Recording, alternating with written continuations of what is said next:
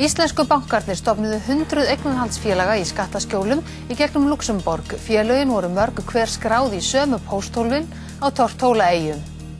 100 eignarhaldsfélaga tengd Íslendingum og íslenskum fyrirtækjum hafa verið stofnuð í Luxemborg á undanförnum árum. Flest félögin hafa verið stofnuð á vegum íslensku bankana og skráð með aðsetur í pósthólfum í skattaskjólum. Umrótið í fjármálaheiminum hefur vakið athygli á ýmsum afkimum hans og þá meðal annars á þeim fjölda eignarhaldsfélaga sem hafa verið stofnuð af Íslendingum í Luxemborg. Flest félögin hafa verið stofnuð á vegum íslensku bankana en erlend fyrirtæki koma þar einnig við sögu. Fjöldi félaga í Luxemborg tengd Íslendingum hleypur á hundruðum ef allt er talið. Framkvæmdin er einföld ef tekið dæmi af hvernig Kaupþing stofnaði eignarhaldsfélög fyrir sína viðskiptavini, átti bankinn nokkur fyrirtæki á Tortólu, einni af bresku Jómfrúreyjum. Eitt eða fleiri þessara fyrirtækja stofnuðu félag skráð á heimilisfang Kaupþings í Luxemborg. Endurskoðandi var svo kannski annað Tortólufélag og öll voru þessi Tortólufyrirtæki skráð á sama pósthólfið á eyjunni. Það stenst ekki íslenskar reglur að endurskoðunarfyrirtæki sé skráð á pósthólf í fjarlægum heimshluta en í Luxemborg er slíkt látið duga.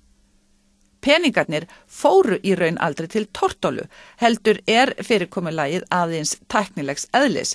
Kostnaðurinn við að láta til dæmis Kaupþing sjá lítið eignarhaldsfélag í Luxemborg var 500.000 króna á ári. Gamla Kaupþing auglisti að það byði upp á holding companies domiciliation, það er að vista eignarhaldsfyrirtæki. Hinir bankarnir tveir stofnuðu einnig eignarhaldsfélög fyrir viðskiptavini sína en Kaupþing virðist hafa verið einna öflugast í þessum viðskiptum.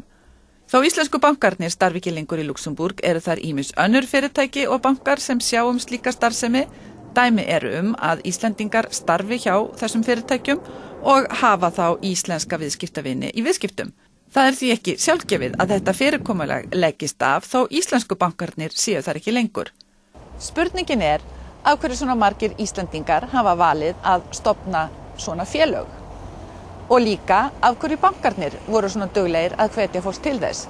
Erlendar rannsóknir sýna að þarna ráða oft skattaleg sjónarmið en þetta er líka góð aðferð til að fela eignarhald. Að minnstakosti 18 félög tengd Björgólfi Thor Björgólfssyni hafa verið stofnuð í Luxemborg á undanförnum árum.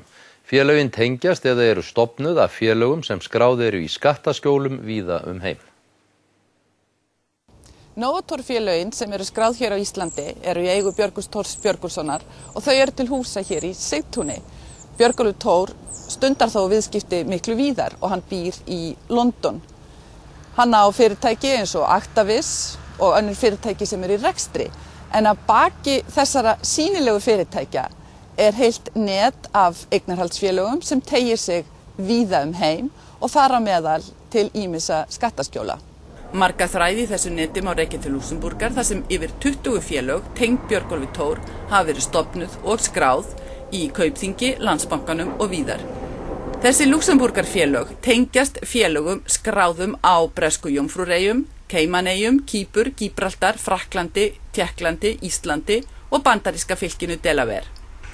Að minnstakosti 2 Novator félög skráð á Íslandi hafa stofnað félög í Luxemborg. Annað Lux-félag tengt Novator er Bell Global, skráð hjá Landsbankanum.